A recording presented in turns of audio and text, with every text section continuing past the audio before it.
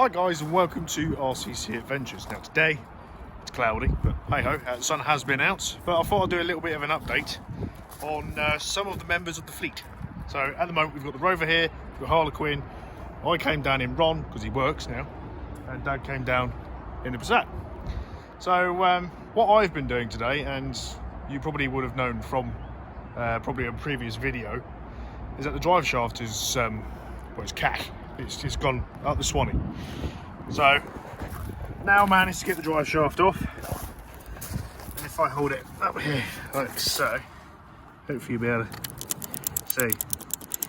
Yeah, that's shagged. So that's taken out of there. I've put the bolts back in so I don't lose them, but that's the drive shaft off. It's basically bolted back together now. So I can put the wheel back on and put it back on the ground. But whilst I'm here at the same time, I thought I will sort out that exhaust bracket that I keep mentioning, which causes the exhaust to drop down, and it's that really crap Volkswagen centre bracket for the exhaust, and pretty much everyone who has a Volkswagen knows what one I'm on about. So I've got the exhaust in place there at the moment because it's not connected. New one is in place, but I haven't done it up or anything like that. And I thought, you know, with the old exhaust bracket thing broken, it's a good opportunity to start her up and see what she sounds like. But we'll do that in a minute. So this is the old, yeah, seen better days. But yeah, so Ron's working well. His brakes are okay. It just seems to be that it was us that failed to look at his fluid, really. So that didn't work. We've now put more fluid in. He's been sat around for a while, so there's been plenty of time for anything to leak away or any air to get in, and the brakes are fine. So I've been using him this week, and Dad's been working on the Rover. So what have you been doing so far, Dad? Well, so far today. Today, right, so one thing I haven't done is I haven't changed the camber. So I'm just basically checking to see what tensioner I've got. Let's see which one it is down there. So just preparing for that. Now I'm going to order my timing belt and the tension. I'm probably going to get a water pump as well, because I want to flush the coolant out, and I'm about to change the fuel filter. So that's what I'm doing at the moment. And also something else that I've done was that door seal was all torn up here, so we got one out of a breaker's yard this morning, which will do. Yeah, looks a lot better. So what's the big news if nobody knows? The big news is, well, it all started when the MGF failed for the third time on emissions. So rather than the MOT, what they'd done was they'd done the emissions first before starting the counter for the MOT. Failed on the emissions, so they didn't do the MOT, so I had an MOT to use up. So I thought, well, we'll see what happens with this then.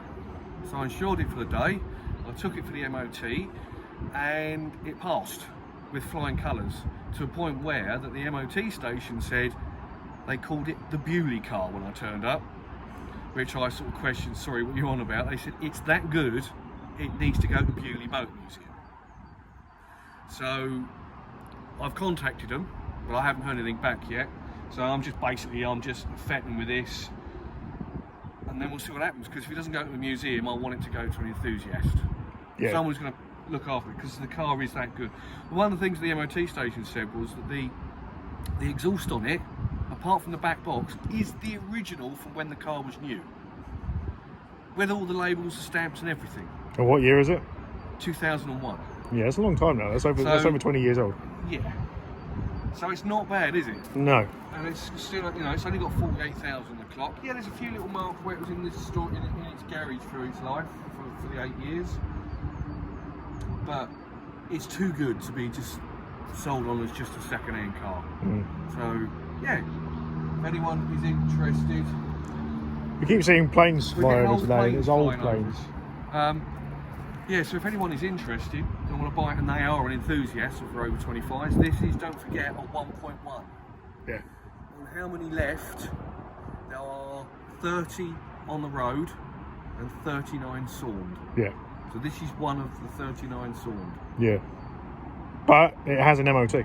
But it has a year's MOT minus a couple of weeks. Yeah. So this is our container. This is where normally the Rover would sit. It's also where eventually Major will go, which is my Ford 100e Anglia. I haven't done a full thing on that quite yet, but you will see it eventually. It needs a lot of work still. But let's go and have a look at Ron. Everybody loves Ron.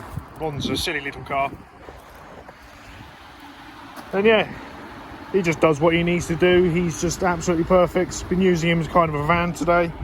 I had the standard front splitter or lip for that. Was in here. That's why the seat's down. It had jacks in it, axle stands, you name it. Pretty much anything goes in it. The engine is running at the moment because I'm charging stuff up. I gave him a wash yesterday because he was covered in all that sand that we had months ago, or weeks ago. That's how long it hasn't been used for. But give him a wash.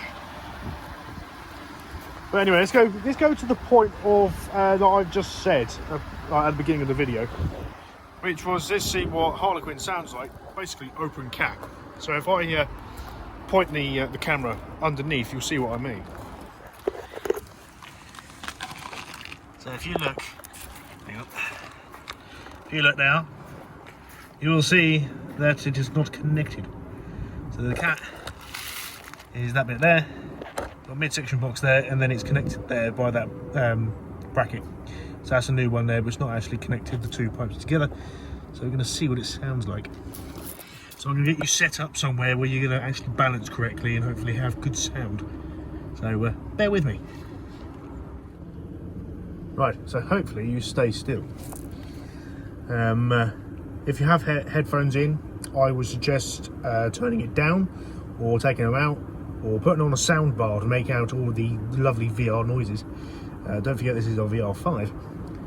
And yeah, it could be, no, it is going to be very loud.